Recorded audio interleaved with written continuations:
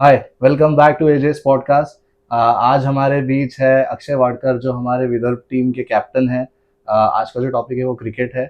I think ये India का सबसे फेमस टॉपिक है एंड आज हम लोग अक्षय के साथ क्रिकेट के बारे में बहुत सारी डिटेल इंफॉर्मेशन शेयर करें डिस्कस करेंगे। वो भी हमारे साथ कुछ इंफॉर्मेशन शेयर करेंगे। रिसेंटली अगर आपको सबको पता होगा कि विदर्भ ने अभी रणजी ट्रॉफी फाइनल जीता हुआ है, तो फर्स्ट ऑफ ऑल कॉन्ग्रेचुलेशन सारी टीम को। एंड आज हमारे साथ अक्षय है, तो हम अक्षय के साथ बहुत सारी चीज़ें डिस्कस करेंगे। So welcome Akshay, welcome to the podcast. Congratulation first of all thank कि यू। आपने आज यहाँ पे आके हमको इतना टाइम दिया एंड आप रणजी का फाइनल मैच जीते। कैसा लग रहा है आपको? स्पेशल फीलिंग है। आप रणजी ट्रॉफी का फाइनल मैच जीत रहे हो और डोमेस्टिक क्रिकेट का सबसे बड़ी ट्रॉफी कही जाती है। 38 टीम्स इसके लिए कॉम्पीट करते हैं और कॉम्पीट करते करते आप हर टीम को हर अलग तरीके से चैलेंज करते हो और वो टूर्नामेंट ख़त्म होते होते आप नंबर 1 पोजीशन पे आते हो, तो इससे बेस्ट फीलिंग हो ही नहीं सकती। एंड वो भी मुंबई जैसी टीम को हम लोगों ने हराया, जिसमें सारे मोस्टली आधे से ज़्यादा टीम तो इंटरनेशनल प्लेयर थे जो वर्ल्ड कप भी खेल चुके हैं एंड उनको हराना। उसके बाद केरला के साथ फाइनल, और हम लोगों ने ये सब मैचेस देखा, नागपुर में जामठा में हुए थे मैचेस। तो बहुत सही लग रहा था कि हमारे लोग विदर्भ के सारे लड़के इतने बड़े लेवल पे खेल रहे, कॉम्पीट कर रहे, एंड उसमें भी आप तो कैप्टन थे, तो एक अलग प्राउड फीलिंग आता होगा, है ना, कि ये सब करने के बाद। तो सबसे पहले तो मैं आपको पूछूंगा कि आपका जर्नी कैसे रहा। आप प्रॉपर नागपुर से ही है, आपने क्या एजुकेशन किया, कैसे इस फील्ड में आए, पहले से प्लान था, फैमिली में कोई था क्रिकेट का? तो एक आपका बेसिक इंट्रोडक्शन। मैं तो प्रॉपर नागपुर से ही हूँ हम्म। और मैं प्रैक्टिस नागपुर क्रिकेट एकेडमी यहाँ पे करता हूँ बचपन से ही। और जैसे मुझे क्रिकेट खेलने का बचपन से हॉबी थी मेरी, मुझे क्रिकेट बहुत पसंद आता था। मीन्स कोई भी मैच रहे तो मैं लगा के बैठ जाता था हम्म। और कोई भी मैच खेलने को बुलाए हम्म। तो चलो खेलने। गली यही क्रिकेट गली क्रिकेट ले बोलो, मीन्स। रास्ते पर बोलो, ग्राउंड पे बोलो, कहीं पे भी, घर के आंगन में बोलो, तो हर जगह खेलना पसंद था, इसलिए तो कहीं पे भी खेलने चले जाते थे। तो वही पिताजी ने देखा कि ये क्रिकेट में काफी इंटरेस्टेड है, कहीं पे भी उसको बोला, बैट बॉल दिखा तो खेलने चले जाता है, तो क्यों ना वो हॉबी को थोड़ा सा डायरेक्शन दिया जाए। तो मैं होगा शायद 11 साल का, तब मेरे पिताजी बोले कि चलो तुमको क्लब में डालते हैं और देखते हैं। तो मुझे मुझे सीरियसली मुझे बस खेलना पसंद था। मैं बोला कि मुझे क्लब वगैरह में नहीं जाना है, मुझे बस ऐसे ही खेलना है। बोले कि नहीं नहीं, वहाँ पे चलो और फिर 1-2 साल प्रैक्टिस करो, देखो क्या कैसा प्रोग्रेस होता है। तो फिर क्लब में उन्होंने एडमिशन कराया और धीरे धीरे आप अगर खेलते हो, आप बस अपनी पसंद से खेलते हो। जब आप खेलने के बाद आप कुछ रन्स बनाते हो, कुछ आप अचीव करते हो, जब आपका सिलेक्शन होता है आपके स्टेट के लिए, तो वो सिलेक्शन होने के बाद आपको फिर पता चलता है कि हाँ मैं खेल सकता हूँ। तब तक आप बस एक हॉबी करके खेलते हो। जब आपका कोई सिलेक्शन होता है तो आप एक वो प्रोफेशन के नजरिए से देखते हो। तो वैसे मेरी जर्नी स्टार्ट हुई। तो घर पे ऐसा कोई फैमिली बैकग्राउंड नहीं था कि अंकल पापा या जो प्रोफेशनली कुछ खेलते थे क्रिकेट, ऐसा कुछ नहीं? नहीं नहीं नहीं, घर से कोई घर पे कोई क्रिकेटर नहीं था। हाँ। बट हाँ, मेरे पिताजी स्पोर्ट्स खेलते थे, हॉकी खेलना उनको पसंद था, वॉलीबॉल खेलना पसंद था। ऐसी क्लब लेवल पे खेले थे। उनको एक स्पोर्ट्समैन की फीलिंग पता थी कि कैसा कैसा रहता है। तुम स्पोर्ट्स खेलो तो तुम मेंटली भी फिट रहोगे, फिजिकली भी फिट रहोगे। उनका एम वही था कि चलो नहीं कुछ हुआ तो बट एटलीस्ट तुम फिजिकली और मेंटली तो फिट रहोगे। बट उन्होंने इंजीनियरिंग करने के लिए कभी पुश नहीं नहीं, कभी मुझे पढ़ाई के लिए कभी उन्होंने फोर्स कभी नहीं किया। मेरे घर में किसी ने फोर्स नहीं किया। मम्मी बस थोड़ा सा बोलती थी, थोड़ा सा पढ़ाई कर लो, थोड़ा सा पढ़ाई कर लो, बट कभी ऐसा फोर्सफुली बोले कि आपको इतने परसेंट लेके आना है, इतने परसेंट लाना है, मार्क्स लाना है, नहीं, कभी ऐसा नहीं।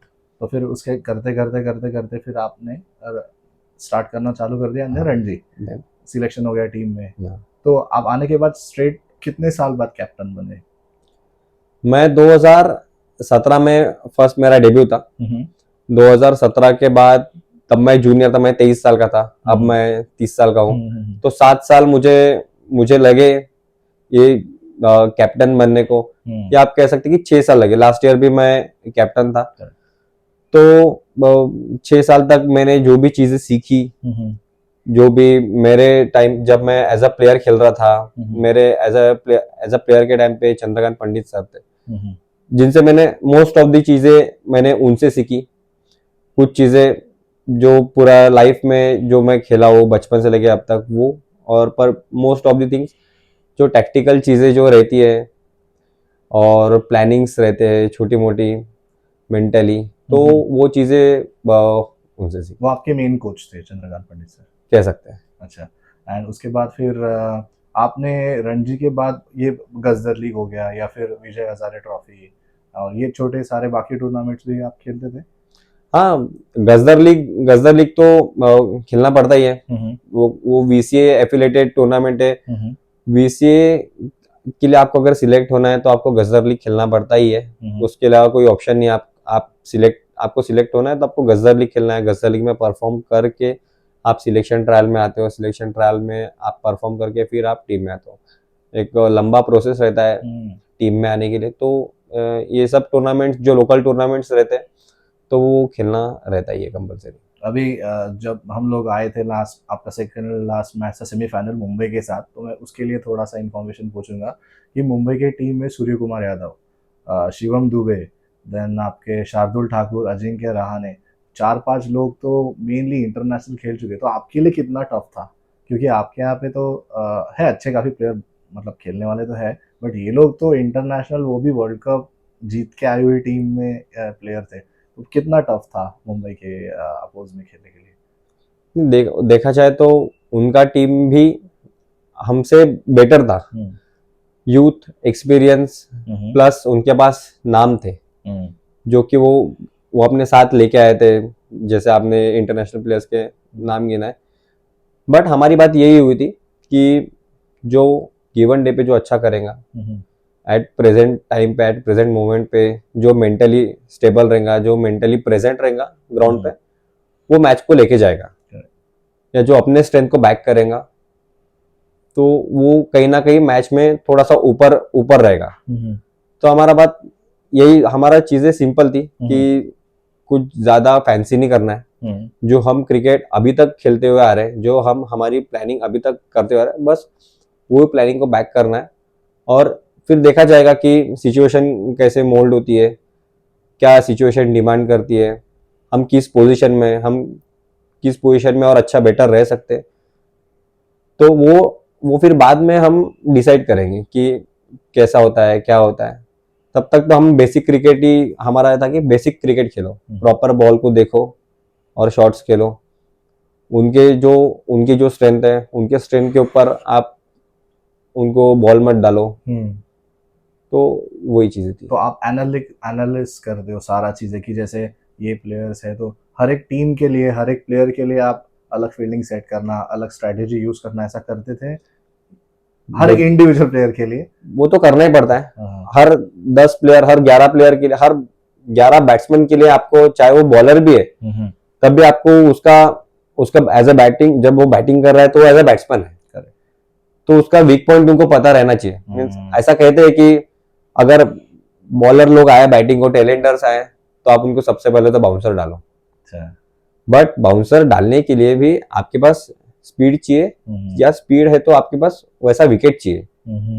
तो हर बैट्समैन का एक अलग प्लान रहता था और वो प्लान के हिसाब से ही हमारा चलता था।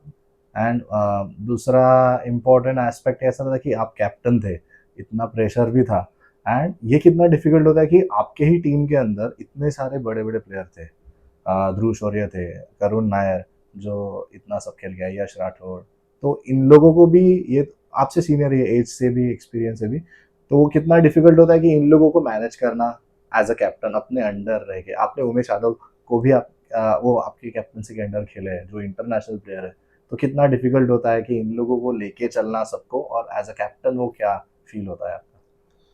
नहीं, देखा जाए तो सबसे आसान चीज है कि आप अगर कोई इंटरनेशनल प्लेयर्स के सामने खेल रहे हो या साथ खेल रहे हो, तो ये सबसे इजी चीज है, क्योंकि आपको उनको बताना नहीं पड़ता है कि आपको ये करना है, आपको वैसा करना है, आप इधर बॉल डालो, आप उधर बॉल डालो। वो इतने एक्सपीरियंस्ड है, वो उनको इतना नॉलेज है कि वो खुद होके बोलते कि अभी ये टाइम है रुक के खेलने का, अभी ये टाइम है थोड़ा सा डिफेंसिव बॉलिंग डालने का। तो जैसे आपने बात की करुण नायर, ध्रुव शौर्य, उमेश भैया का नाम लिया आपने, तो इनको ज्यादा बताने की जरूरत पड़ी ही नहीं। हाँ, कभी कभार छोटी मोटी चीजें हम डिस्कस करते हैं कि क्या ये कर सकते हैं, क्या अभी शॉट मार सकते हैं, क्या अभी नया बॉल है थोड़ा थोड़ा छोड़ के खेल सकते हैं, बॉल पुराना हो गया है, बीच का सेशन है, थोड़ा रन बना के खेल सकते हैं।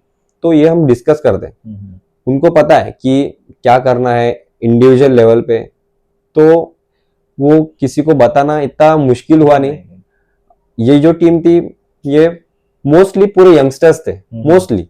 अब आप अक्षय बकरे भैया को भी देखोगे तो वो भी सीनियर ही है, चार पांच सीनियर्स और पूरे यंगस्टर्स। अब दानिश को देखोगे तो उसका पहला साल था, आप हर्ष को देखोगे तो दूसरा साल था, पहला दूसरा साल था। यश राठौड़ को देखोगे तो उसका भी दूसरा ही साल था। यश ठाकुर को देखोगे तो वो भी यंग ही है, इन आउट रहा है। आदित्य ठाकरे को देखोगे तो उसका भी दूसरा या तीसरा ही साल था। तो ऑलमोस्ट सभी के पास थोड़ा थोड़ा एक्सपीरियंस था और वो जोश भी था कि उनको कुछ करना है। मीन्स आप देखते हो ना कि किस लड़के में भूख है, कौन करना चाहता है, कौन और खेलना चाहता है। जब आप नेट्स में बैटिंग करते हो, जब मैच के 1-2 दिन पहले जो प्रैक्टिस होता है, तो आप देखते हो कि कौन कौन लड़का कितना इंटेंसिटी से प्रैक्टिस कर रहा है, कौन कितना फिटनेस कर रहा है, कौन जाके खुद से कैचिंग कर रहा है कि भाई मेरा कैचिंग भी उतना ही, बॉलिंग तो है ही, साथ में कैचिंग भी जरूरी है। तो जो जिसके अंदर भूख रहती है ना वो दिखता है। तो अगर कुछ जगह खाली रही तो चलो भाई ठीक है, इसको खिला के देखते हैं। तो ये चीजें एज ए कैप्टन आपको पता रहना चाहिए। तो मुझे ऐसा लगता है कि ज्यादा मुश्किल नहीं होता है। यस। दूसरा था ये कि इंडिया में क्रिकेट एक रिलीजन है, एंड हर गली में एक कोई ना कोई लड़का जो रहता है वो सबसे अच्छा खेलता है, या वो सब बोलते हैं कि अच्छा ही खेलता है। कितना डिफिकल्ट है ये कि इतने बड़े प्लेटफॉर्म पे खेलना, जो गेम हर दूसरा लड़का इंडिया में खेलता है, एंड उसमें भी इतना लेवल पे जाके करियर प्रोफेशनली खेलना, एज ए उसको करियर लेना, तो हार्ड वर्क तो होता ही है, बट आपको लगता है कि उसके साथ लक भी चाहिए, कि हार्ड वर्क ही ज़्यादा चाहिए? लक तो मुझे ऐसा लगता है कि 100% चाहिए ही चाहिए। क्यों, आप मेहनत तो कर ही रहे हो, बट आपको अच्छा बॉल गिर जाता है कभी कभार, कभी आप अच्छा शॉट मारते हो, आपका बाउंड्री रुक जाता है, आपका कैच पकड़ लेते हैं डाइव मार के, कभी कभार आप आउट हो जाते हो, आपका नो बॉल निकलता है, और वो नो बॉल निकलने के बाद वही बैट्समैन फिर 100 मार देता है। आप करुण नायर को देखोगे तो फाइनल में उसका 30 रन पे कैच छूटा और वो मैच को पूरा फिनिश करके, मीन्स वो उसने उनको गेम से बाहर ही कर दिया। अब दानिश का देखोगे सेकंड इनिंग में वो अंपायर कॉल चले गया, तो अगर वहां पे वो आउट होता था या करुण आउट होता, दोनों में से कोई एक आउट होता था, तो जो दो बैट्समैन सेट है वहां, मीन्स मैं एग्जांपल दे रहा हूं उनका, जो दो बैट्समैन सेट है, ऐसा बहुत कम होता है कि वो आउट होने के बाद, वो आउट नहीं होने के बाद भी बाकी लोग भी फिर से और अच्छा खेलते।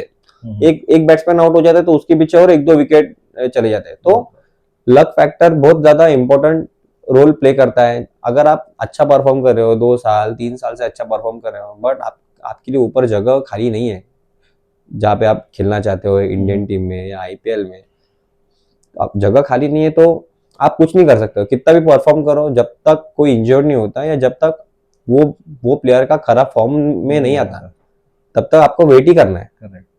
बट आपको परफॉर्म कंटिन्यू करते रहना, उसके अलावा कोई आपके पास कोई ऑप्शन नहीं है।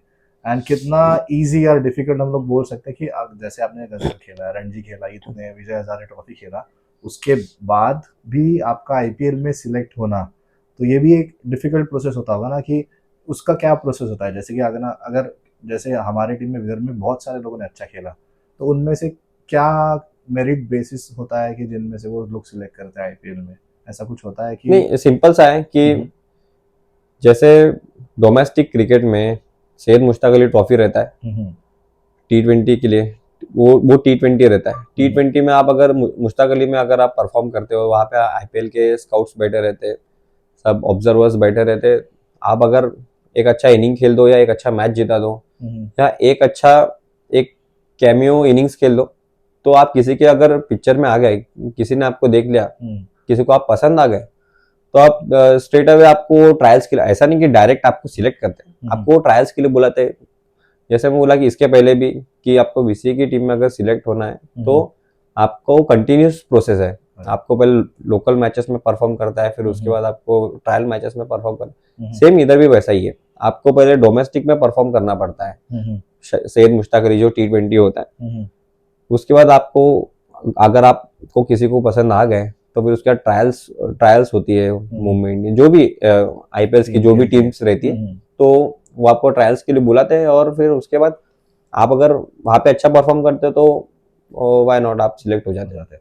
एंड जब आपका मैच होता है, कभी कभी क्रूशियल कंडीशन में होता है, जैसे मुंबई के मैच भी टफ था, इवन फाइनल मैच भी थोड़ा सा टफ था, तो उस कंडीशन में ड्रेसिंग रूम में क्या चलते रहता है? जैसे इनकेस हमारा बैटिंग चल रहा है तो सारी टीम आपके साथ रहती है, तो आपको एज अ कैप्टन प्रेशर होता है कि यार नेक्स्ट पोजीशन में कौन जाएगा, या आप ऐसे कुछ फ्रीक्वेंट डिसीजंस लेते हो कि अगर ये फोर्थ डाउन है, ये फिफ्थ डाउन है, तो मैं चले जाता हूँ, या इसको फिफ्थ डाउन की जगह फोर्थ डाउन भेज देते हैं? वैसे टाइम पे आप लोग कुछ डिसीजन लेते हो?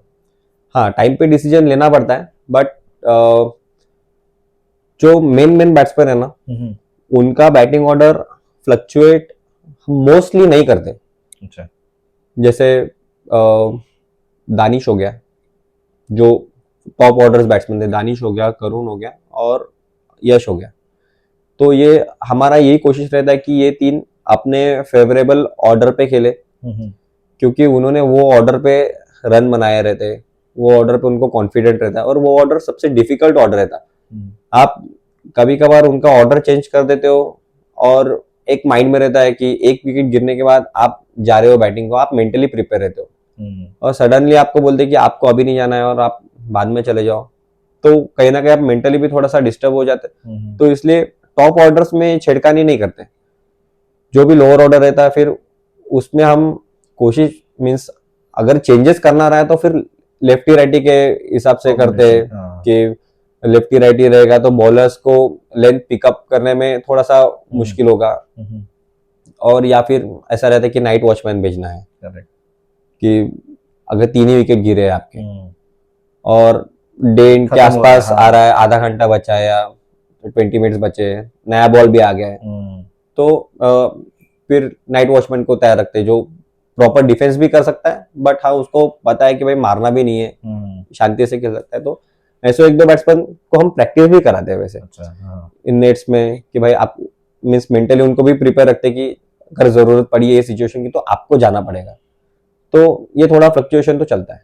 जैसे डिसिप्लिन का, फिटनेस का आपने बात किया, आपका मैचेस जो ड्यूरेशन होता है वो तो होता है, बट उसके बाद जैसे अभी आप थोड़ा सा रिलैक्स हो, अभी मैच नहीं चल रहा है, तो उस ड्यूरेशन में आप कंटिन्यू प्रैक्टिस में रहते हो, डाइट के लिए प्रॉपर फॉलो करते हो, डिसिप्लिन रखना पड़ता होगा आपको, तो वो कैसा होता है कि थोड़ा सा आप चिल करते हो इस ड्यूरेशन में जब मैचेस नहीं है? नहीं, मैचेस अगर आपका सीजन बहुत लंबा हो गया है और आने वाला सीजन को अगर आपको काफी टाइम है ना, तो आपका थोड़ा सा मेंटल भी रिलैक्स रहना जरूर रहता है। आप फिजिकली आप कितना भी भाग दौड़ कर लो, कितना भी आप वर्कआउट कर लो, फिटनेस कर लो, बट जब तक आप मेंटल लेवल से थोड़ा रिलैक्स करोगे नहीं ना, तो आप कितना भी करो वो बॉडी सपोर्ट नहीं करेगा। तो जब ऑफ सीजन रहता है तो आपके ऊपर है कि आपको कितना रेस्ट चाहिए या कितना ब्रेक चाहिए, कितना और आपको अगर इम्प्रूव करना है तो कितना आपको टाइम लगेगा। तो वो सारी चीजें खुद के गलतियों के ऊपर, खुद के अच्छी चीजों के ऊपर आप एनालाइज करके, जैसे वीडियो एनालिसिस रहता है हर टीम के साथ, तो आपकी क्या ड्यूरिंग द सीजन आपकी क्या गलतियां हुई है, एक गलती हुई तो चलो एक वो कौन सी गलती हुई, तो मीन्स आप बैकफुट के बॉल पे ज्यादा अटक रहे हो, तो वो बॉल को, वो चीज को पकड़ने में आपको कितना टाइम लगेगा। कभी कभार ग्रिप का इशू रहता है, बैट्समैन के ग्रिप का इशू रहता है, तो वो ग्रिप का इशू सॉल्व करने के लिए आपको काफी टाइम लगता है। तो गलती कौन सी है वो पता रहना भी जरूरी है, और वो गलती को कितना देर में आप रेक्टिफाई कर सकते हो तो वो भी पता रहना जरूरी है। तो उस हिसाब से आप खुद के ऊपर खुद का कह सकते हो कि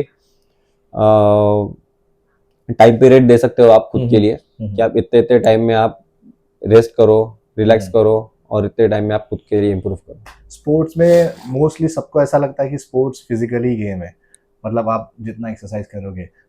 इवन हम लोग इंटरनेशनल प्लेयर्स भी देखते हैं कि वो लोग के वीडियोस देखते हैं सोशल मीडिया पे कि वो जिम कर रहे हैं, ग्राउंड एक्सरसाइज कर रहे हैं, बट ये कोई दिखाता नहीं कि मेंटली वो लोग कैसे प्रिपेयर करते हैं खुद को। तो इसलिए मेरा एक क्वेश्चन था कि आप कैसे मेंटल टफनेस को इम्प्रूव कैसे करते हैं, क्योंकि वो तो दिखाता नहीं है कोई। तो उसके लिए क्या होता है, आप मतलब किस क्या प्रोसेस फॉलो करते हो मेंटली फिट रहने के लिए, टफ रहने के लिए? मेंटली फिट यानी मैं मेरे एक्सपीरियंस से बता रहा हूँ कि मेंटली टफ आप बचपन से ही होते हो। आपको कोई मेंटली टफ बनाता नहीं है, मीन्स। और दूसरी चीज भी ये भी है कि आपका अवेयरनेस लेवल कितना है वो गेम को लेके। आप आपकी हर इनिंग को आप कैसे देखते हो, आप आगे वाले की इनिंग जो अच्छा खेल रहा है वो कैसे सिचुएशन से उसने आप खुद की इनिंग बिल्डअप किया है, और खुद की इनिंग बिल्डअप करके उसने वो मैच निकाला है या मैच बचाया है, तो वो उसका मेंटल स्टेटस पता चलता है। आप कोई अच्छा खेल रहा है तो उससे बात कर सकते हैं कि तुम वो टाइम पे खेल रहे थे, तुम क्या सोच रहे थे। वो कह रहे हैं कि मैं ये सोच रहा था, तो फिर आप उसको खुद के माइंडसेट से रिलेट कर सकते हो कि यार मैं तो ये नहीं सोचता हूँ, क्या है अगर मैं सोचूंगा तो शायद मैं भी और अच्छा परफॉर्म करूंगा। तो ये वो छोटी चीज एनालाइज करना कि वो कैसा कर रहा है। और विजुअलाइजेशन भी एक चीज रहती है कि आप पहले से मेंटली प्रिपेयर होते हो एक रात पहले से या मैच के कुछ घंटे पहले से कि आपको ऐसा खेलना है, आप ऐसे खेल सकते हो, ये विकेट ऐसा खेलेगा, अभी ऐसा वेदर है तो आपको ये शॉट्स अवॉइड करने हैं। तो वो एक मेंटली फिट रहने का भी एक वो एक साइन है। तो मुझे ऐसा ही लगता है कि आपका अवेयरनेस लेवल कैसा है, उसके ऊपर से आप ज्यादा एनालाइज करते हो कि आप कितने मेंटली टफ हो। एंड आपने तो काफी लोगों के साथ खेला है, इंटरनेशनल प्लेयर्स के साथ खेला है, तो आपका इक्वेशन कैसा है, मतलब आप किन के साथ टच में हो, या आप बातें करते रहते हो या कुछ सजेस्ट लेते हो उन लोगों से? जैसे उमेश भैया, जैसे आपने तो उमेश यादव उनके साथ तो खेले हो, बट उनके सिवा आप काफी लोगों के साथ, जैसे अजिंक्य रहाणे है, शिवम दुबे है, तो इन लोग के साथ आप टच में रहते हो, मतलब सीजन्स के बाद, मैच के बाद, या आपको कुछ सजेशन चाहिए तो आप ऐसे टच में रहे हो किसी के साथ? नहीं, अगर ऐसा ऐसा कभी कुछ रहा कि आपको किसी से कुछ चीज सीखना है या आपके कुछ क्वेरीज है, तो हम कोई भी किसी से भी बात कर सकता है। जैसे मैं फैज फैजल भैया से बात करता हूँ कि उनको क्या लगता है, कैसा लगता है बैटिंग वाइज। एक हमारे पुराने अक्षय कोलार भी आए, और धर्मेंद्र अलावत करके है, जिनके साथ मैं हमेशा से प्रैक्टिस करता हूँ। तो ऐसा नहीं कि आप बड़े प्लेयर या इंटरनेशनल प्लेयर ही आपको चीज़ें, अगर आपको आपकी कुछ गलती हो रही है तो वो आपको बड़े बड़े प्लेयर ही बताएंगे। वो लोग भी बताते हैं जिनके साथ आप बचपन से प्रैक्टिस करते आ रहे हो, या जिनको आप बचपन से जानते हो, जो आपको बचपन से जानता है। आप कौन से टाइम पे क्या गलती करते हो, कौन से टाइम पे आप क्या सोचते हो, वो चीज़ें उनको भी पता रहती है। हाँ, कभी कभार आप कोई एक बड़ा क्रिकेटर, नॉलेजेबल क्रिकेटर भी वो बात नहीं बता पाएगा जो एक नॉर्मल सा व्यक्ति जो जानकार है, जो क्रिकेट जानता है, वो आपको वो चीज बता के जाता है। हाँ यार, ये चीज है, मेंटली ये चीज है, टेक्निकली ये चीज है, मुझे ऐसा लगता है, ऐसा है। तो बड़े बड़े प्लेयर्स तो हाँ ऑब्वियसली वो अपने एक्सपीरियंस बताते हैं। अब हर किसी का अपना अपना अलग अलग एक्सपीरियंस रहता है, तो वो एक्सपीरियंस को कैसे आप लेते हो वो आपके ऊपर है।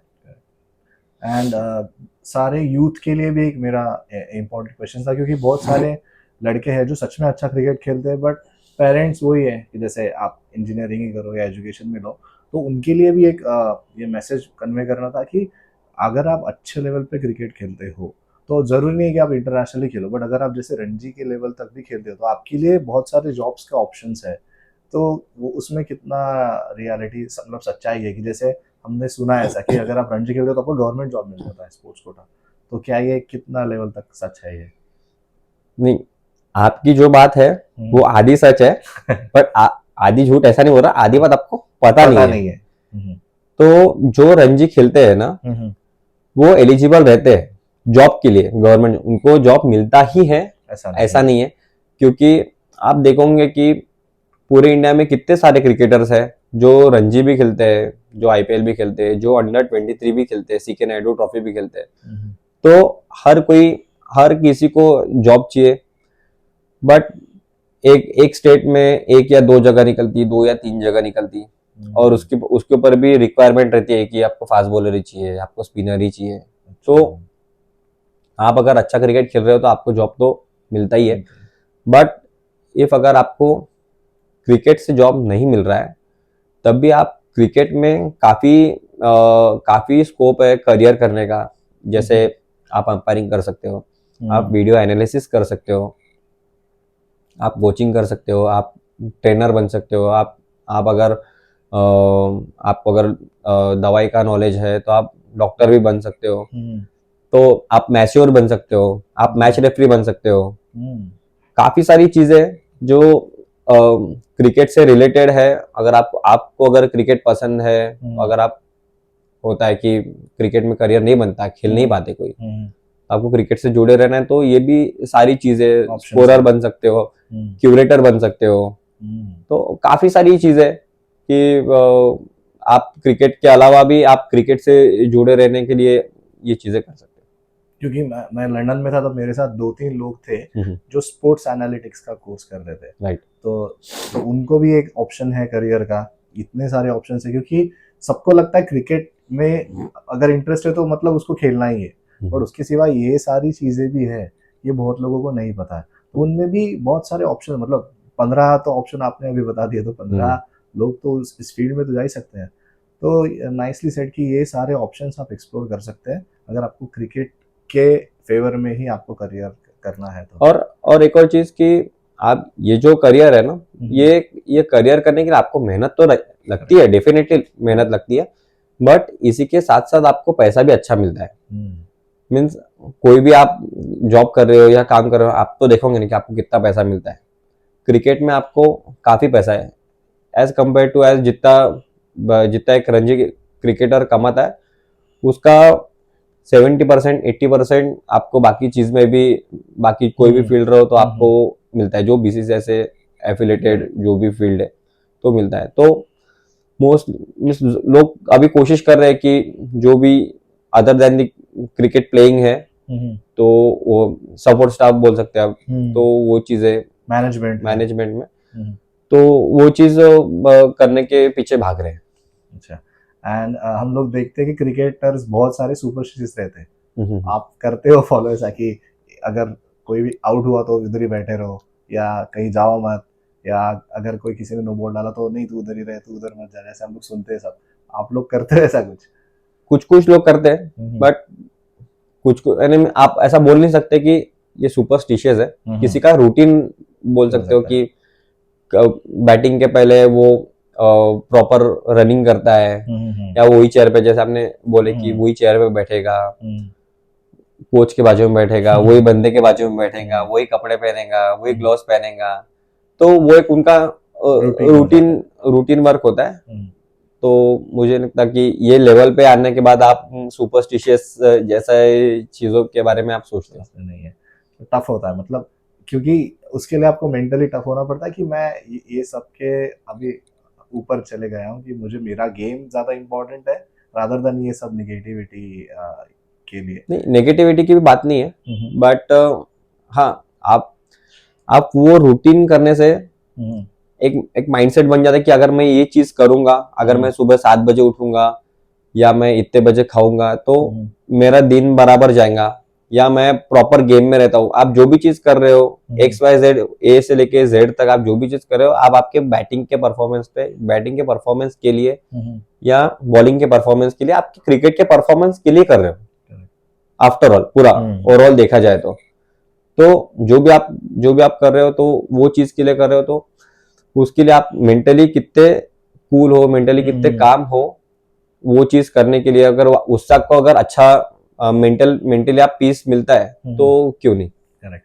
एंड मुझे हम लोग तो देखते हैं क्रिकेट एंड बट ऐसा कुछ रूल्स आपको पता है, मतलब जो आपको हम लोगों को नहीं पता, कि जैसे कुछ कुछ रूल्स होते हैं जो हम लोगों को नहीं समझता है।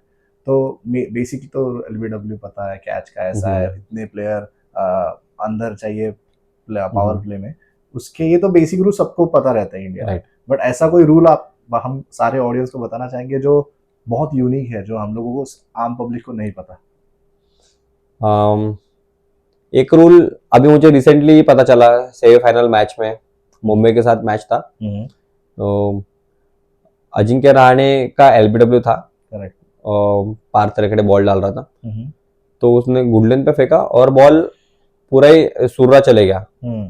तो एलबीडब्ल्यू अंपायर ने तो दे दिया, सीधा पैर को लगा, बैट तो कहीं था ही नहीं।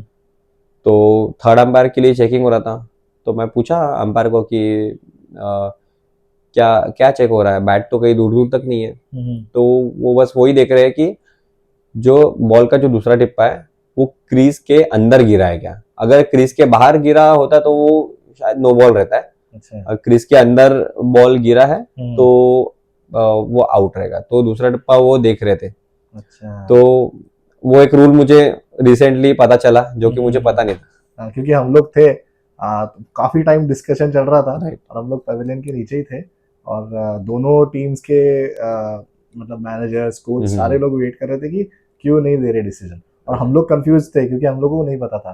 तो थैंक यू वो बताने के लिए, क्योंकि ये रूल हम लोगों को नहीं पता। तो अच्छा है। उसके सिवा एक बस यूथ के लिए एक फाइनल मैसेज सबके लिए, कि जो क्रिकेट में करियर एज अ क्रिकेटर ही करियर चूज करना चाहते हैं, तो जो कोई नागपुर में है या विदर्भ में है या महाराष्ट्र में है, तो कैसा उनको आप एक गाइडलाइंस देंगे कि मतलब अर्ली एज से स्टार्ट करो, क्लब्स ज्वाइन करो, डिसिप्लिन मेंटेन करो, तो आप एक यूथ के लिए क्या मैसेज देना चाहेंगे? नहीं, मैं यूथ को इतना ही बोलूंगा कि जो क्रिकेट है, जो आप स्पोर्ट्स आप सिलेक्ट करते हो, वो एक दाव की तरह है। उसमें आप 100% सक्सेस होंगे ही ऐसा नहीं है। 1000 में से 5 या 10 लड़के सिलेक्ट होते हैं, बाकी मेहनत तो सारे करते हैं, बट सिलेक्ट 5 या 10 लोग ही होते हैं। बट उसी के साथ साथ आपको पढ़ाई का एक बैकअप रहना भी जरूरी है, क्योंकि आप खेल में आप पूरी अपनी जान डाल देते हो, पूरा समय डाल देते हो, आप पढ़ाई नहीं कर पाते। बट उसी के साथ साथ साइमल्टेनियसली आपको पढ़ाई भी करते रहना, नहीं आप 70%, 80%, आप 50% भी लेके आओ, बट आपको पढ़ाई करते रहना बहुत जरूरी है। आपको हर बार पास होते रहना जरूरी है, क्योंकि अगर क्रिकेट में कुछ नहीं हुआ तो आप अगर पीछे मुड़ के देखोगे तो यार मैं तो कुछ पढ़ा ही नहीं। मेरे 4 साल, मेरे 5 साल पूरे क्रिकेट के लगा दिए, और एक टाइम के बाद आप देखते हो कि आपका क्रिकेट में कुछ नहीं हुआ है, या जितना आप चाहते थे उतना नहीं हुआ है। तो आपके पास एक बैकअप रहना जरूरी है कि चलो ठीक है, नहीं मेरा ग्रेजुएशन हो गया है, अब इसी के खेलने के लिए अब हॉबी की तरह खेलूंगा, बट थोड़ा पढ़ाई से अगर सपोर्ट मिलता है, या पढ़ाई से अगर मैं कुछ और बन सकता हूँ, तो वो चीज करो। चाहिए। तो मतलब आप क्रिकेट एज अ पैशन और एज अ करियर आप जाओ, बट एक प्लान भी आप रखो साथ में, क्योंकि इंडिया में क्रिकेट सच में बहुत ज्यादा कंपटीशन है, पॉपुलेशन भी बहुत है, और सारे लोग क्रिकेट ही खेलते हैं हमारे यहाँ पे। पैशनेट तो सभी रहते हैं, सभी को पैशन है, सभी को हॉबी है, बट एक टाइम ऐसा आता है जब आपको क्रिकेट को एज अ करियर चूज करना है या क्रिकेट को एज अ हॉबी ही रखना है, वो आपके ऊपर रहता है। एक हार्ड डिसीजन लेना पड़ता है एक टाइम के बाद।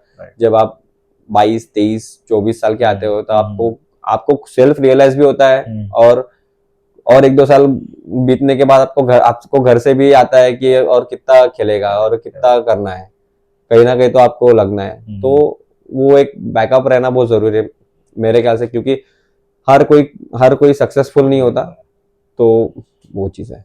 चलिए, थैंक यू सो मच, आपने सारे यूथ को एक मैसेज दिया। एक लास्ट सेगमेंट होता है हमारे यहाँ पॉडकास्ट में कि जो भी गेस्ट आते हैं तो उनके लिए मैं एक गाना परफॉर्म करता हूँ, तो आप जो भी एक गाना बताएंगे तो मैं आपके लिए परफॉर्म करूँगा। तो अक्षय, जैसे मैंने बताया लास्ट सेक्शन होता है गाने का, तो आपका कोई फेवरेट गाना हो तो आप बता सकते हैं? आप मेरे लिए गा दीजिए कबीर सिंह का कैसे हुआ। डन, चलिए।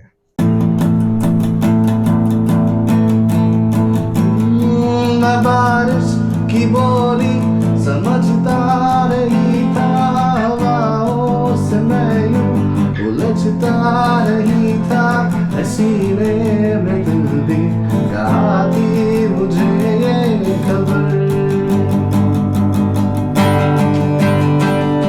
कहीं पे हो रातें, कहीं पे सवेरे, ये आवारगी कहीं साथ मेरे, ठहर जा ये कहती है तेरी नजर। क्या हाल हो गया है ये मेरा, आंखें मेरी हर जगह ढूंढे तुझे बेवजह, ये मैं हूँ या कोई और है मेरी तरह। कैसे हुआ तू इतना जरूरी, कैसे हुआ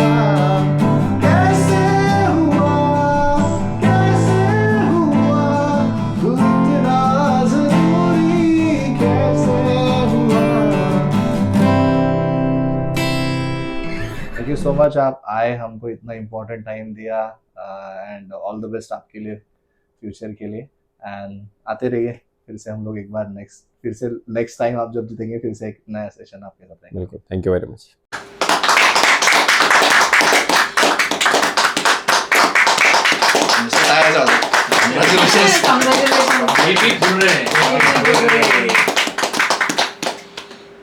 Three cheers for Vidarbha team. Keep Hooray. अरे नहीं कैप्टन